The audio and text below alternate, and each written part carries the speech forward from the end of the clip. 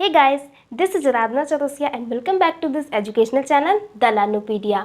हमारा टॉपिक चल रहा था आधुनिक भारत का इतिहास, मॉडर्न हिस्ट्री ऑफ इंडिया, जिसके अंतर्गत हमने देखा था कि किस तरह से यूरोपीय शक्तियाँ मीन्स यूरोपीय कंपनियाँ इन पूर्वी देशों की तरफ, जिसमें भारत भी सम्मिलित है, पूर्वी देशों की तरफ आती हैं और अपना व्यापार करती हैं। इन व्यापार करने के साथ साथ फिर वो इन जगहों पर अधिकार जमाना भी शुरू कर देती हैं, जिससे उनके मध्य कई सारे युद्ध भी होते हैं। चलिए पहले एक छोटा सा रिवीजन ले लेते हैं, उसके बाद हम उन दोनों कंपनियों को भी डिस्कस कर लेंगे। तो सबसे पहले पुर्तगाल, जो 1498 से 1961 तक ये रहते हैं। ये इसमें सबसे पहला आने वाला यात्री होता है वास्को डी गामा, जो समुद्री मार्ग से आया था और पहली फैक्ट्री बनाता है कोच्चि में। नेक्स्ट डच आते हैं 1602 से 1825 तक। एक बात बताऊंगी, लास्ट दो वीडियो में मैंने एक पॉइंट को गलत लिख दिया था। 1775 एक जगह लिखा था और एक जगह 1745 लिखा था, तो उसको अब कंफर्म डाटा है, आप 1825 करिए। 1825 के बाद डच भारत छोड़कर पूरी तरह से जा चुके थे। तो 1602 से 1825 तक डच का रहता है, डच व्यापार करते हैं। कार्नेलिस हाउटमैन पहला यात्री जो समुद्री मार्ग से आया रहता है और इनकी पहली फैक्ट्री मछलीपट्टनम में बनती है। नेक्स्ट ब्रिटिश आते हैं, ये 1608 से 1947 तक रहते हैं भारत में। जॉन मिल्डे हॉल ये स्थल मार्ग से आने वाला पहला अंग्रेज था, और कैप्टन हॉकिंस जो ईस्ट इंडिया कंपनी के अंतर्गत था, ये समुद्री मार्ग से ये पहला यात्री था भारत आने वाला। इन लोग की पहली फैक्ट्री मछलीपट्टनम में बनती है। ये इतना समझ में आ गया है? नहीं देखी है वीडियो तो डिस्क्रिप्शन बॉक्स में भी लिंक है, आप वहाँ से देखिए, या तो आई बटन पर क्लिक करिए, वहाँ से भी आपको वीडियो मिल जाएगी। तो चलिए अब स्टार्ट करते हैं कि अंग्रेज़ों के बाद मीन्स ब्रिटिश के बाद कौन सी नेक्स्ट कंपनी आई जो भारत पर अधिकार करना चाहती हैं। तो नेक्स्ट आने वाली कंपनी है डेनिस। डेनिस किसे कहते हैं? डेनमार्क को। डेनमार्क के निवासियों को डेनिस कहते हैं। अच्छा, यूरोप में अब डेनमार्क कहाँ है? देखिए, ये वाला जो पोर्शन था ये फ्रांस है, इसे भी हम आगे देखेंगे। ये हो गया इंग्लैंड मीन्स ब्रिटेन, ये हो गया पुर्तगाल, इसे हमने देख लिया है, ब्रिटेन को भी देख लिया है। फिर ये हो गया डच, इसे भी कंप्लीट कर लिया है। ये है जो पोर्शन, ये है डेनमार्क। अब यहाँ से ये कंपनी आएगी भारत की तरफ, जो लगभग 225 वर्षों तक भारत से व्यापार करती है।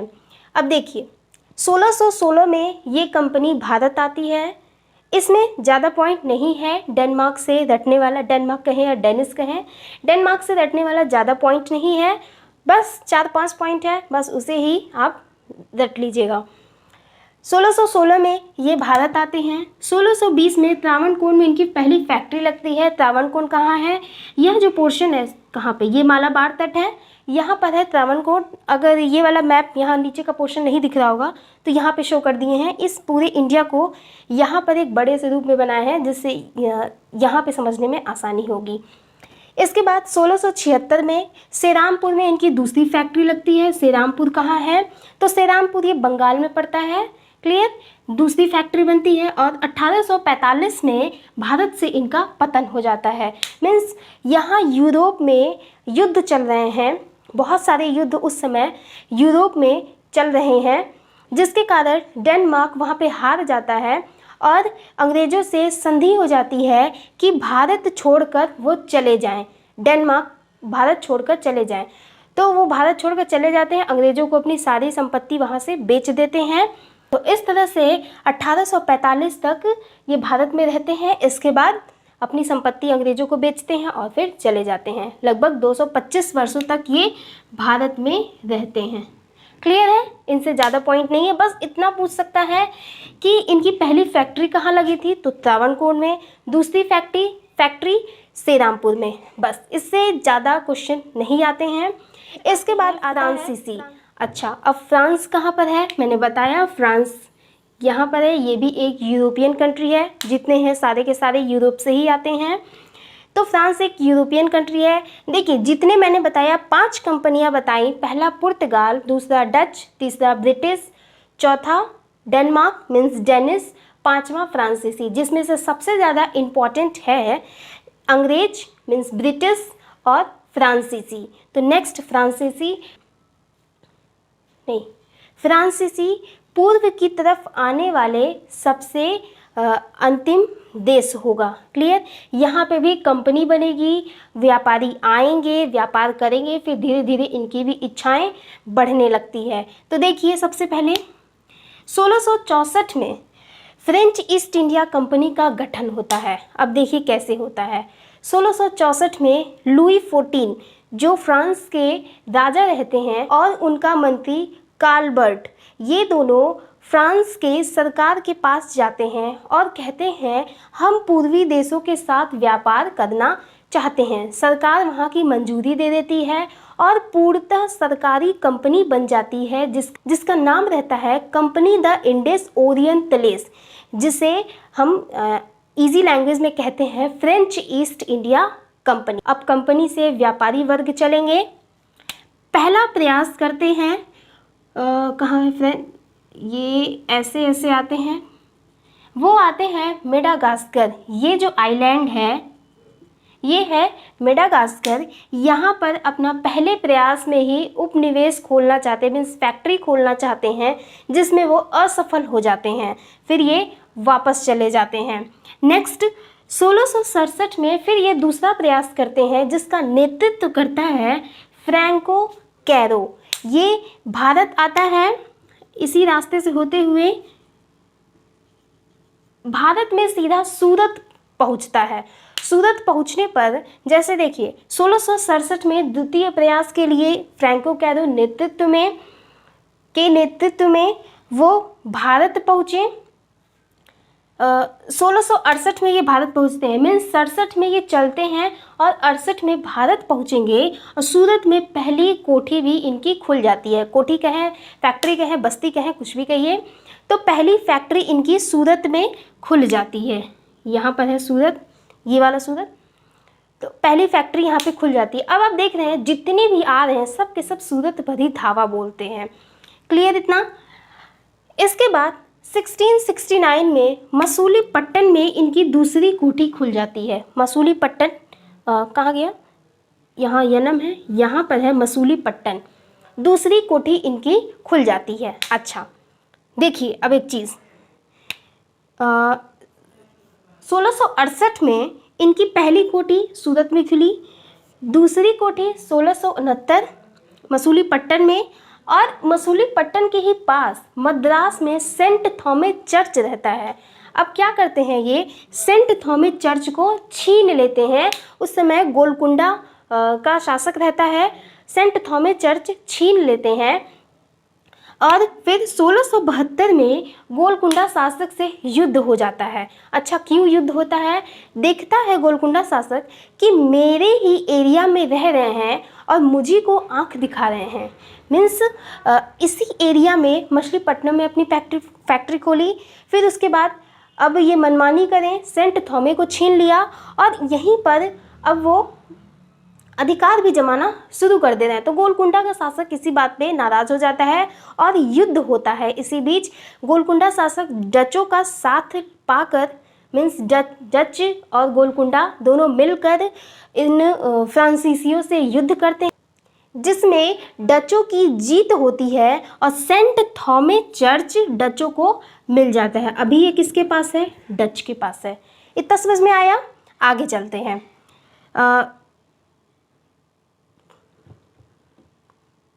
जिसमें सेंट थॉमस मिल जाता है किसको, डच को। अब 1673 में पौंडीचेरी की स्थापना होती है। अब देखिए कैसे इसकी स्थापना होती है। 1673 में वेलिकोंडापुरम में एक मुस्लिम सूबेदार है जिसका नाम है शेर खां लोदी। इसके पास फ्रैंको मार्टिन और वेलांग द लस्पिने जाते हैं, ये दोनों मिलकर। फ्रैंको मार्टिन को तो मैंने बताया कि ये आया था सूरत में, पहली फैक्ट्री खोला मछलीपट्टनम में, मीन्स ये लीडर है। और कौन है, वेलांग द लेस्पिने, ये एक गैर सैनिक रहता है, वेलांग द लेस्पिने। ये दोनों मिलकर जाते हैं वेलिकुंडापुरम शासक के पास, मीन्स शेर खान लोधी के पास, और कहते हैं कि भैया हमें एक गांव दे दो, हम वहाँ पर अपनी बस्ती बसाएंगे। कहता है ठीक है ले लो। उसे मीन्स फ्रांसीसियों को एक गांव मिल जाता है। आगे चलकर उसी गांव का नाम रखते हैं ये पौंडीचेरी। तो मीन्स 1673 में ये पौंडीचेरी की स्थापना करते हैं। पौंडीचेरी एक बहुत अच्छा शहर वो बना देते हैं, बहुत वेल डेवलप कर देते हैं उसे, जहाँ की जनसंख्या काफ़ी मीन्स उस समय कोलकाता सबसे अधिक जनसंख्या था, कोलकाता को भी पार कर जाता है, 40,000 तक की इसकी जनसंख्या चली जाती है पौंडीचेरी। फिर 1674 में बंगाल का सूबेदार से एक गांव इन्हें प्राप्त होता है। बंगाल का एक सूबेदार रहता है शाइस्ता खान, उससे एक गांव प्राप्त हो जाता है। मीन्स बंगाल का सूबेदार खुद ही उन्हें एक गांव गिफ्ट करता है। तो ये तुरंत वहाँ नहीं जाते हैं, कुछ समय बाद लगभग 1690-92 में चंद्रनगर में उनकी कोठी बनती है। चंद्रनगर कहाँ है, बंगाल में चंद्रनगर, जो गांव दिया रहता है चंद्रनगर, वहाँ पर उनकी एक कोठी बनती है। अब आप देखेंगे एक चीज़, यहाँ 1673 में उन्हें गांव मिलता है और 1690 से 92 के बीच वो कोठी बनाते हैं। लगभग 20 साल के अंतर पर वो वहाँ पहुँचते हैं। फिर इसके बाद यहाँ पे कोठी भी बन गई। अब 1693 में पौंडीचेरी इनसे छीन लिया जाता है। पौंडीचेरी इनका हेड क्वार्टर बना रहता है, मीन्स वो हेड क्वार्टर भी बनाए नहीं हैं, आगे चल के बनाएंगे। तो उसी को बनाने की तैयारी में ये लगे हुए थे। कौन, फ्रांसीसी। तो पौंडीचेरी एक बहुत खूबसूरत शहर बन चुका रहता है। अब डचों को ये देखा नहीं जाता है, तो वो क्या करते हैं, पौंडीचेरी को छीन लेते हैं, युद्ध करते हैं फ्रांसीसियों से, पौंडीचेरी इनके हाथ से निकल जाता है। अब 1697 में रिजविक की संधि होती है। इस संधि के अनुसार उन्हें पौंडीचेरी वापस कर दिया जाता है। किसे, पौंडीचेरी किसका था, फ्रांसीसियों का शुरू से था, तो फ्रांसीसियों को ही मिल जाता है पौंडीचेरी रिजविक की संधि से। फिर 1701 में पौंडीचेरी को ये अपना हेडक्वार्टर बना देते हैं, मीन्स मुख्यालय बना देते हैं। अब 1721 में फिर ये मॉरिशस में अपनी फैक्ट्री खोलते हैं। मॉरिशस कहाँ है, ये इंडिया में नहीं है, मॉरिशस यहाँ पर है, छोटा सा द्वीप है मॉरिशस, जहाँ पे इंडिया जैसे लोग ही रहते हैं। तो वहाँ पर अपनी फैक्ट्री खोलते हैं। फिर 1725 माहे में अपनी फैक्ट्री खोलते हैं। माहे कहाँ है, यहाँ केरला में ये माहे पड़ता है। आज भी पौंडीचेरी 4 हिस्सों में बटा हुआ है। पौंडीचेरी यहाँ पर देखते हैं, यनम, पौंडीचेरी, कराईकल और माहे, जिसमें यनम आंध्र प्रदेश में है, पौंडीचेरी और कराईकल तमिलनाडु में लाई करता है और माहे केरला में है। इतना समझ में आया। फिर 1739 में कराईकल में भी अपनी फैक्ट्री खोलते हैं। कराईकल कहाँ पर है, तमिलनाडु में। इतना समझ में आ गया कि फ्रांसीसी अभी किस तरह से सिर्फ व्यापार कर रहे हैं। देखा जाए तो 1664 से 1742, इसके आगे भी जाएगा भी कहानी, 42 तक, मीन्स इसके आगे बहुत इंपॉर्टेंट नहीं है, 42 तक देखें तो ये सिर्फ और सिर्फ व्यापार करते हैं। इनका एकमात्र उद्देश्य रहता है व्यापार करना।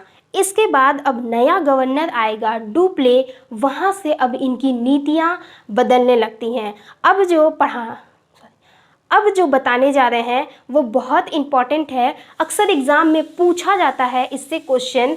ये पूरे इतिहास में बहुत बड़ा युद्ध में काउंट किया जाता है, कर्नाटक का युद्ध, जिसमें 3 युद्ध हुए हैं। कर्नाटक का प्रथम युद्ध, कर्नाटक का द्वितीय युद्ध, कर्नाटक का तृतीय युद्ध। समझना थोड़ा सा मुश्किल होता है, लेकिन यहाँ पे बहुत ही इजी लैंग्वेज में मैं बताऊंगी और आप ध्यान से उसे सुनना, कहानी अच्छे से समझ में आ जाएगी। फिर कर्नाटक का वार आपको भूलेगा नहीं। तो चलिए अब देखते हैं, पहले ये पूरा क्लीन कर दे, फिर उसके बाद आपको कर्नाटक का युद्ध बताते हैं।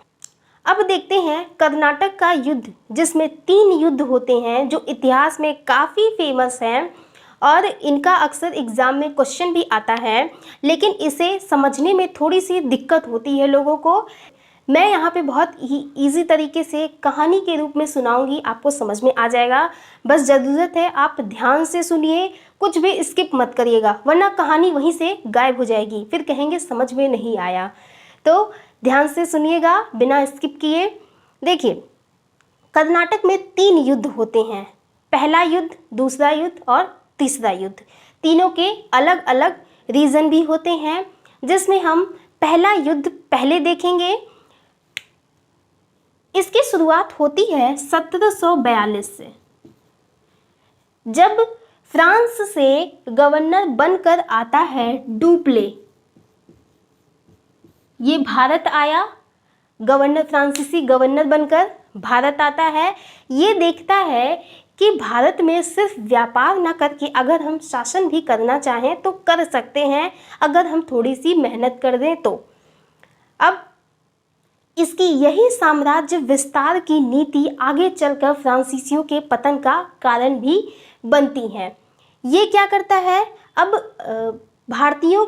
भारतीय राजा जो थे उनके आंतरिक मामलों में भी हस्तक्षेप करना शुरू कर देता है, और फिर धीरे धीरे अंग्रेजों से भी इनके युद्ध होते हैं। तो सबसे पहले हम देखेंगे कर्नाटक का पहला युद्ध। इस पहले युद्ध की पृष्ठभूमि कैसे तैयार होती है, यहाँ है यूरोप। यहीं पर एक छोटा सा देश है ऑस्ट्रिया। यहाँ पर इसके उत्तराधिकार को लेकर बहस होती है। मीन्स ऑस्ट्रिया का अगला उत्तराधिकार कौन होगा, वहाँ पर बहस होती है, जो 1740 से 48 के बीच होती है, और उसमें पार्टिसिपेट करते हैं अंग्रेज और फ्रांस भी इस बहस में। अब यहाँ पे युद्ध हो रहा है, बहस हो रहा है, तो उसका असर इंडिया में भी दिखता है। यहाँ पर अब पड़ेगा कर्नाटक, और इसकी राजधानी रहती है अर्काट। समझ में आया, कर्नाटक, इसकी राजधानी है अर्काट। अब इसका असर यहाँ पे कैसे पड़ेगा, यहाँ पर वो बहस कर रहे हैं, यहाँ पर भी वो बहस करेंगे। अब यहाँ पे दुश्मन है तो यहाँ भी दुश्मन होंगे, तो इसकी राजधानी अर्काट। यहाँ पे क्या होता है, अर्काट इधर पड़ता है पौंडीचेरी, और यहाँ पर रहेगा मद्रास। पौंडीचेरी ये हेडक्वार्टर रहता है फ्रांस का, एफ मीन्स फ्रांस, और मद्रास हेडक्वार्टर रहता है। वैसे इनका बहुत सारा हेडक्वार्टर रहता है, 3 हेडक्वार्टर मेन है, कलकत्ता, मद्रास और बॉम्बे। तो मद्रास में भी इनका हेडक्वार्टर रहता है, किसका, अंग्रेजों का, मीन्स ब्रिटिशर्स का हेडक्वार्टर रहता है। अब ये अर्काट राजधानी कर्नाटक की, ये इन दोनों के बीच में पड़ती है, दोनों इस पर अधिकार जमाना चाहते थे। इसी बात पे दोनों में युद्ध हो जाता है। पहले से ही ये दोनों चिढ़े हुए थे एक दूसरे से, फिर यहाँ पे इन दोनों के बीच युद्ध होता है, जिसका नाम होता है पहला कर्नाटक का युद्ध, जो 1746 से 1748 के मध्य होता है। युद्ध होता है दोनों में, जिसमें परिणाम ये निकलता है कि फ्रांसीसी जीत जाते हैं, मीन्स फ्रांसीसियों की विजय हो जाती है, और वो ये मद्रास को छीन लेते हैं।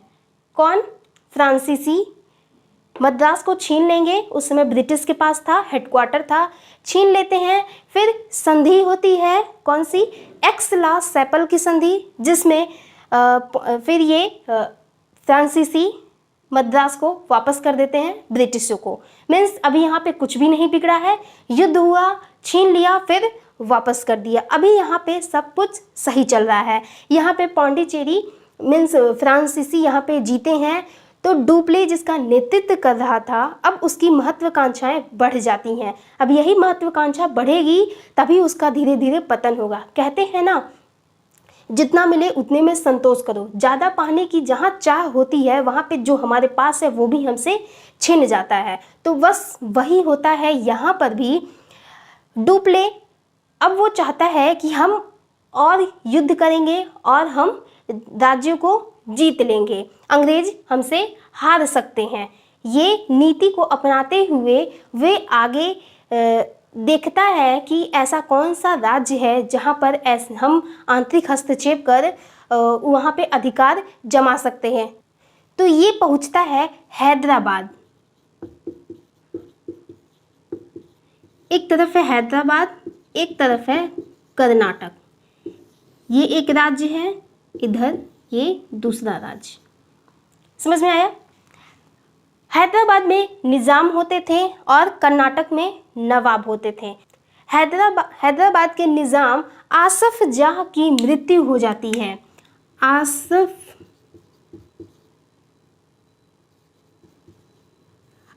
जाह की मृत्यु हो जाती है। अब उत्तराधिकार को लेकर विवाद होता है। आसफ जाह का पुत्र रहता है नासिर जंग और इसका पौत्र रहता है मुजफ्फर जंग।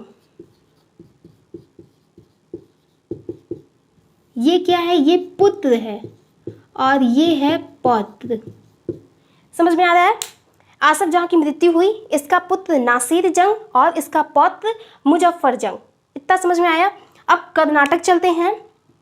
मीन्स फ्रांसीसी इस स्थिति को देखते हैं कि वहाँ पर उत्तराधिकार को लेकर युद्ध हो रहे हैं। फिर कर्नाटक चलते हैं। कर्नाटक में नवाब अनवरुद्दीन और इसका बहनोई रहता है, रिश्तों को भी समझिएगा कौन क्या है, बहनोई रहता है चंदा साहब। इन दोनों के बीच गद्दी को लेकर विवाद होता है। इसका फायदा अब फ्रांसीसी कैसे उठाते हैं? फ्रांसीसी क्या करते हैं? इधर मुजफ्फर जंग को अपने साथ ले लेते हैं कि तुम हमारा साथ दो, हम तुम्हें गद्दी दिलवाएंगे। मीन्स यहाँ पर हैदराबाद में अधिकार दिलवाएंगे। और इधर चंदा साहब को साथ ले लेते हैं। मीन्स इसका जो बहनोई रहता है उसे साथ ले लेते हैं। मीन्स इधर भी फ्रांस इनके साथ हो गए और इधर भी फ्रांस इनके साथ हो गए। अब अंग्रेज़ों को ये बात पता चलती है तो अंग्रेज़ों को मजबूरन ही जो बचा है उसका साथ लेना पड़ेगा।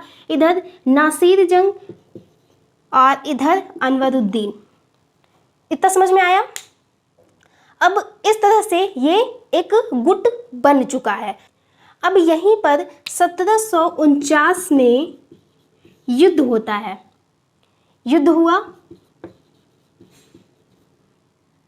ब्रिटिश और फ्रांस। असली में देखा जाए तो ये ब्रिटिश और फ्रांस के बीच युद्ध था, लेकिन ये भारतीय शासकों का साथ लेकर ये युद्ध को एक ऐसा बना देते हैं कि ये भारतीयों में युद्ध हो रहा है, पर ये असल में युद्ध था अंग्रेज और फ्रांसीसियों के बीच।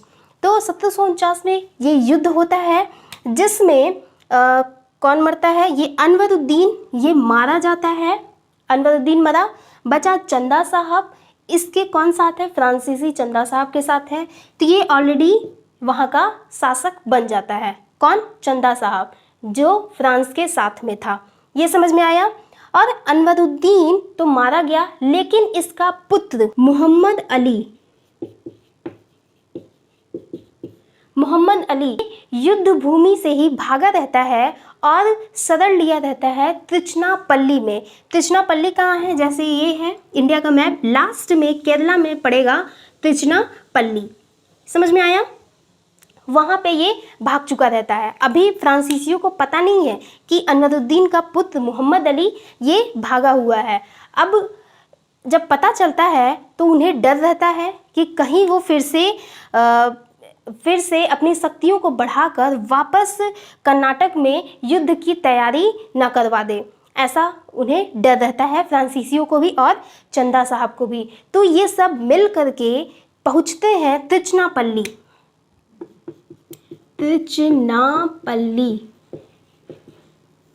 त्रिचनापल्ली पहुँचे, जहाँ पे मोहम्मद अली छिप कर बैठा है। इसके किले को ये चारों तरफ से घेर लेते हैं। इसके अंदर कौन बैठा है? मोहम्मद अली। किले को चारों तरफ से घेर लेते हैं। यहाँ पर पूरा का पूरा ध्यान चंदा साहब और इन फ्रांसीसियों का, दोनों का ध्यान अभी लगा हुआ है त्रिचनापल्ली में कैसे मोहम्मद अली को मारा जाए। अब अंग्रेज इसी बात से डर जाते हैं कि किसी तरह से हमने इसको बचाया है और अब ये उसे भी मार देंगे, तब तो कर्नाटक हमारे हाथ से पूरी तरह चला गया। उस समय रॉबर्ट क्लाइव लीड करता है अंग्रेज़ों की तरफ से। वो क्या करता है, इस दुर्ग को तोड़ने के लिए पहुंचा। कौन?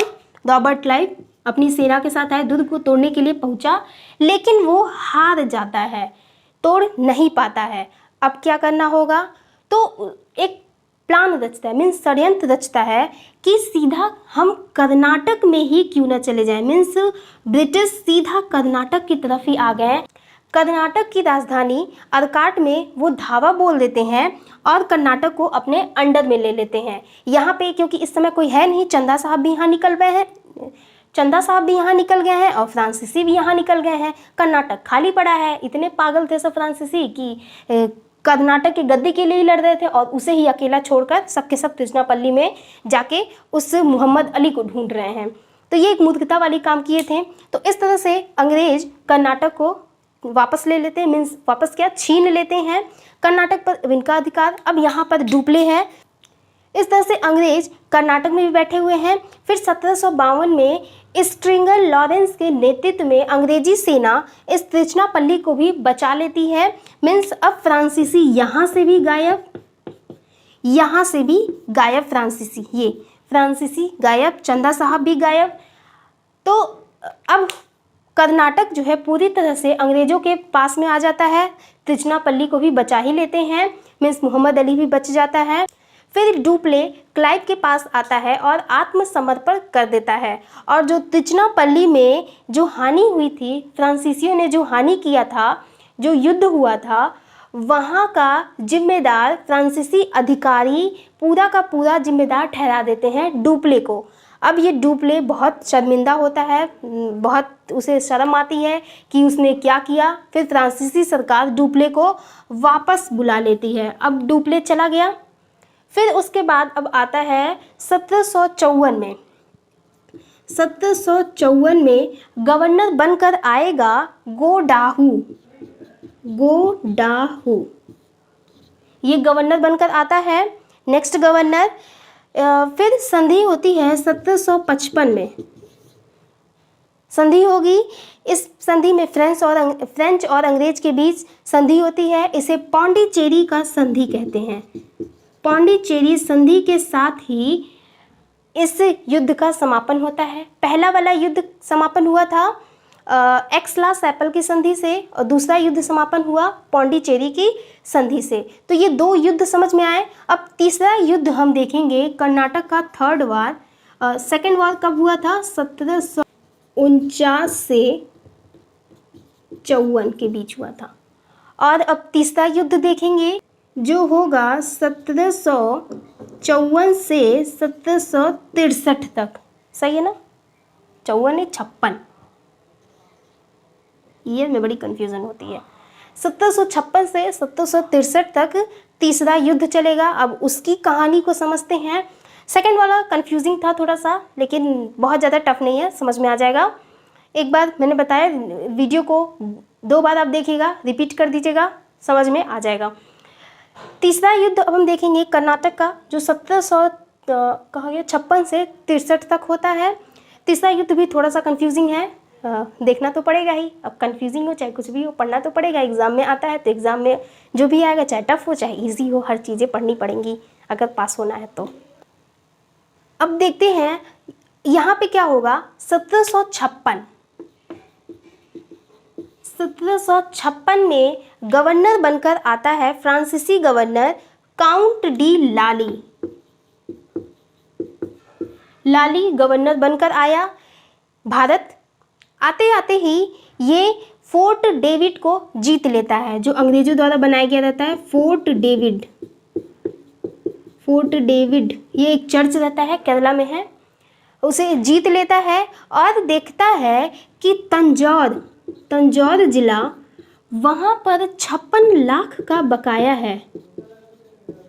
मीन्स फ्रांसीसी तंजौर को पैसे दिए रहते हैं, तो वो पैसा अभी तंजौर ने नहीं वापस किया है, जो 56 लाख का बकाया लग चुका है। अब इसी बात पे उसे गुस्सा आता है कि इतना बकाया क्यों लगा हुआ है। इस बात को लेकर विवाद हो जाती है, जहाँ पे युद्ध होता है। इस युद्ध में फ्रांसीसियों की हार हो जाती है। फ्रांसीसी एफ लिखते हैं, जिसमें फ्रांसीसी हार जाते हैं और फ्रांसीसी ख्याति को बहुत ही हानि होती है कि पैसे के लिए अब वो लड़ाई भी कर रहे हैं। इसके बाद उधर अंग्रेज अभी इंडिया में ही है। अंग्रेज उधर अपनी शक्तियों को बढ़ा रहे हैं। बंगाल का नवाब, इधर है बंगाल, यहाँ का नवाब सिराज उद दौला, उसे हराकर बंगाल को अपने अधिकार में ले लेते हैं। कौन? ब्रिटिश। फिर वांडीवास का युद्ध होता है फ्रेंच और ब्रिटिश में। यहाँ पे फ्रेंच और ब्रिटिश में वांडीवास का युद्ध होता है। वांडीवास का युद्ध होता है, जिसमें सर आयर कूट ब्रिटिश की तरफ से नेतृत्व करता है और इस युद्ध में फ्रांसीसियों की हार हो जाती है। वांडीवास युद्ध में भी फ्रांसीसी अब हार चुके हैं। समझ में आया इतना? ये युद्ध 1760 में हुआ। 1760 में। अगले साल 1761 में फ्रांसीसी हार चुके हैं, और ये हार चुके हैं तो पौंडीचेरी वापस चले जाते हैं। मीन्स अब ये कहाँ है? पौंडीचेरी में फ्रांसीसी जा चुके हैं। पौंडीचेरी हार कर वहाँ पर ये 8 महीने तक रहते हैं, और फिर 8 महीने बाद, लगभग 8 महीने बाद ब्रिटिश धावा बोल देते हैं और पौंडीचेरी को इनसे छीन लेते हैं। अब जब इनसे पौंडीचेरी छिन जाता है तो इनके पास अब कुछ ही और फैक्ट्रियां बची होती हैं, जिसमें माहे, कराईकल और जिंजी ये सब रहते हैं। उसके बाद अंग्रेज जो रहते हैं वो माहे, जिंजी और कराईकल को भी जीत लेते हैं। मीन्स जितनी भी फ्रांसीसी बस्तियां थी सब पर वो धावा बोल देते हैं अंग्रेज और सबको जीत लेते हैं। कौन कौन सा और है वो भी नाम लिख देते हैं। कराईकल,